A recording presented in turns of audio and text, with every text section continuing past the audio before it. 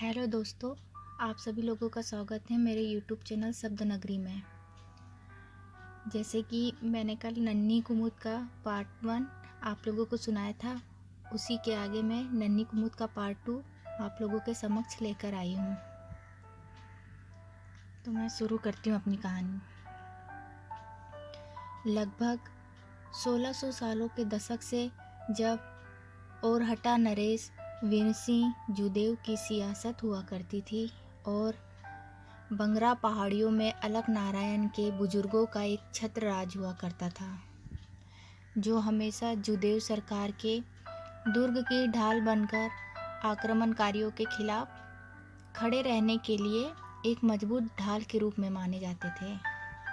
लेकिन समय के बदलाव ने सब कुछ बदल कर रख दिया और अलक नारायण आज मात्र कुछ घोड़ों के साथ अपना अस्तबल चलाते थे। उनका पुत्र रामदास, जिसकी रगों में आज भी राजसी खून उफान मारता था, एक मजबूरी भरी जिंदगी जीने के लिए विवश था और हमेशा क्रांतिकारी विचारों का समर्थन करता था।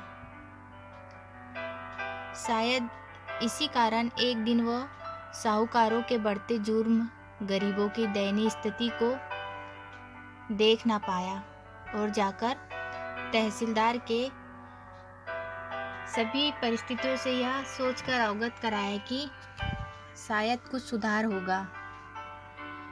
लेकिन इसके विपरीत उसे ही सजा मिली और साहूकारों ने जबरन उसके परिवार पर अत्याचार करना शुरू कर दिया,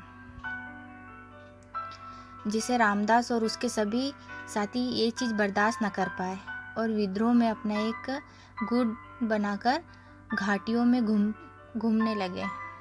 वहीं घाटियों में वे गुम हो गए।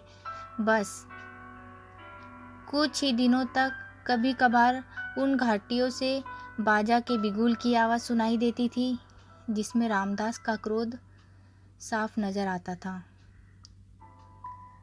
अचानक कुछ दिनों के बाद रामदास ने अपनी संपूर्ण सेना को साथ लेकर हथियार के साथ गांव में प्रवेश कर उस तहसीलदार और उन साहूकारों को बीच गांव में ही मौत के घाट उतार दिया और ऐलान कर दिया कि उस दिन के बाद अगर किसी ने भी किसी गरीब की तरफ अगर आंख उठाकर देखा तो अच्छा नहीं होगा।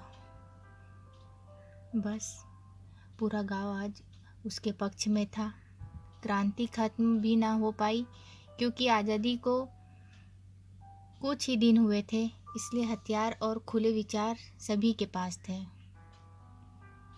धीरे धीरे रामदास की सेना में 2 से 4, 4 से 6, 6 से 10 और न जाने ऐसे कितने ही नौजवान भर्ती होने लगे, निःशुल्क, बिना किसी भत्ता के। बस सबके सिर पर एक ही जुनून सवार था, साहूकारी और जिम्मेदारी को समाप्त करना है।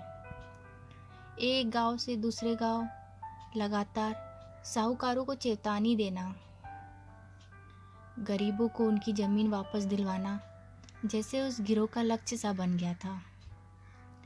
यहाँ तक कि रामदास ने घाटी के पास एक मंदिर बना रखा था, जिसमें दान पेटी पर उन्होंने साफ शब्दों में लिख रखा था, दान नहीं अपनी समस्या लिख कर जाए, दान नहीं अपनी समस्या लिख कर जाए, हल्का हम सोचेंगे, आगे ईश्वर की मर्जी।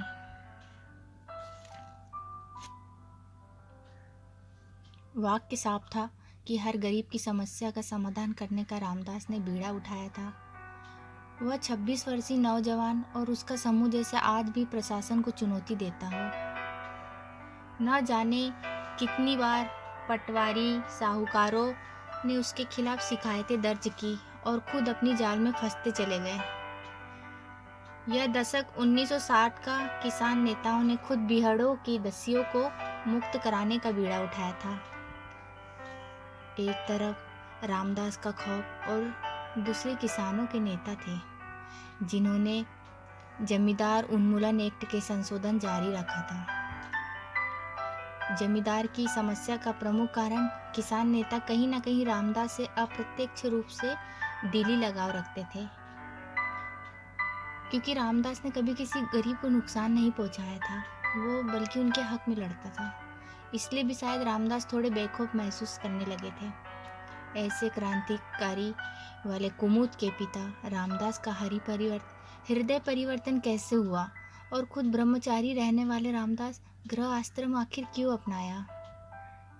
दोस्तों, इसके आगे का पार्ट जानने के लिए आप मेरी कहानी के साथ बने रहिए। मैं कल इसके आगे का पार्ट लेकर आती हूँ। तब तक के लिए धन्यवाद।